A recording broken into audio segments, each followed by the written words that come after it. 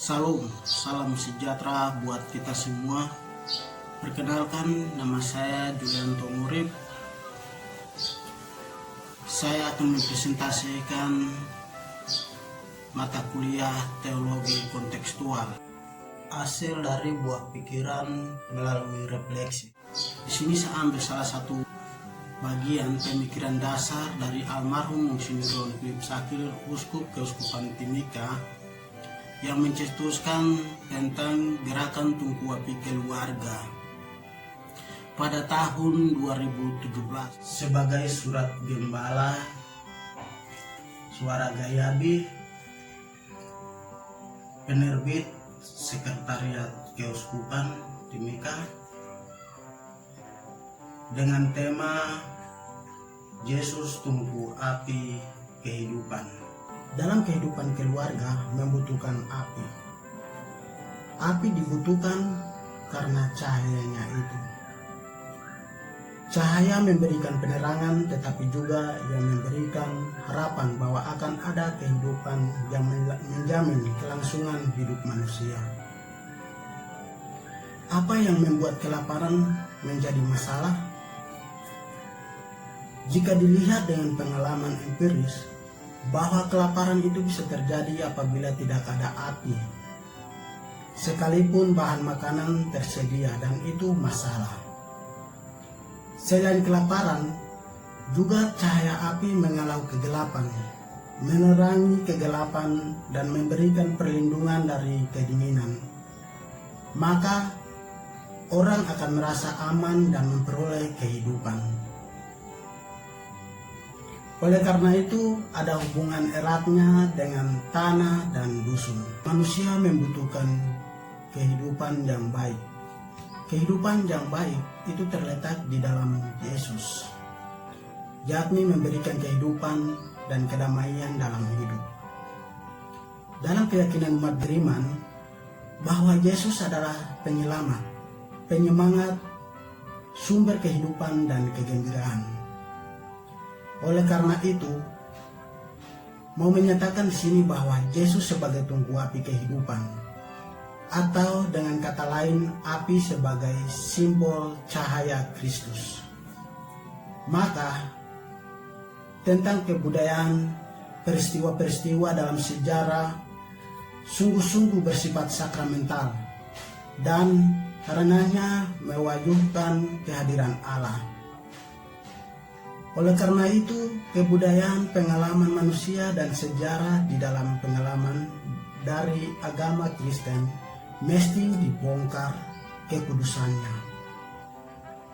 Api Paskah, cahaya lilin yang kita terima pada saat malam Paskah adalah simbol cahaya Kristus. Agar supaya kita memperoleh kehidupan baru, semangat baru, hidup baru. Ketika kita menerima lilin yang menyala itu, kita menerima cahaya Kristus, dan cahaya itu menjiwai kehidupan kita dan mengalau kegelapan yang ada dalam pikiran kita. Pada saat itu kita menjadi manusia baru, manusia terang, serta memperoleh kehidupan dan keselamatan yang sejati. Cahaya itu merupakan energi, kekuatan yang kita peroleh dari Kristus sendiri. Tanpa Yesus Kristus, kita tidak berarti apa-apa, dan justru hidup kita akan tetap berada di dalam kegelapan. Sama halnya bahwa ketika tungku api menyala, ada kehidupan dan keselamatan. Sebab kita bisa memperoleh perlindungan, energi, kekuatan fisik melalui apa yang telah diolah melalui tungku api, lidah-lidah api. Pada hari Pentakosta, semua orang percaya berkumpul di Yerusalem, yakni para murid, dan berada di satu tempat. Tiba-tiba terdengarlah suatu bunyi dari langit seperti tiupan angin keras memenuhi seluruh rumah di mana mereka duduk. Dan tampaklah kepada mereka lidah-lidah seperti nyala api yang menyebaran dan menyingkap pada mereka masing-masing. Bisa lihat di Kisah Para Rasul bab 2 ayat 3. Allah selalu menyapa kita melalui Roh Kudus. Sebab Bapa, Putra, dan Roh Kudus merupakan satu pribadi yang utuh, tak terpisahkan. Dengan demikian, Roh yang sama akan terus membimbing kita di masa yang akan datang. Asal kita beriman dan mempunyai harapan, maka api merupakan simbol cahaya Kristus. Ciri khas manusia adalah bekerja. Masyarakat di tanah Papua melihat tanah dan dusun sebagai ibu yang menjamin kelangsungan hidupnya. Manusia tidak bisa terlepas dari dusun dan tanah. Sebab bagi mereka kehidupan ada di sana. Sama halnya bahwa dalam keyakinan umat beriman bahwa Allah sebagai sumber kehidupan, sumber keselamatan, serta melalui Dia ada kehidupan dan keselamatan sejati. Melalui kerja akan ada kehidupan. Demikian pula dengan iman. Iman sebagai sebuah tindakan manusia dan rasio membantu manusia agar itu dapat terwujud melalui tindakan iman untuk memperoleh kehidupan kekal. Ketika bangsa Israel berada dalam perbudakan, mereka menjadi pekerja di bawah tekanan Raja Firaun. Raja Firaun memutuskan untuk menekan dan menjadikan orang-orang itu sebagai budak untuk mendirikan kota-kota. Ketika mereka berada dalam tekanan fisik maupun mental, siksaan, penderitaan, kelaparan dapat mereka tanggung. Bisa lihat dalam Keluaran bab 5 ayat 14. Dan melandaskannya dalam doa kepada Allah yang mereka percaya. Sehingga Allah memperhatikan mereka melalui karya-karya besar yang Ia buat dalam kehidupan mereka selama perbudakan hingga keluar dari tanah Mesir.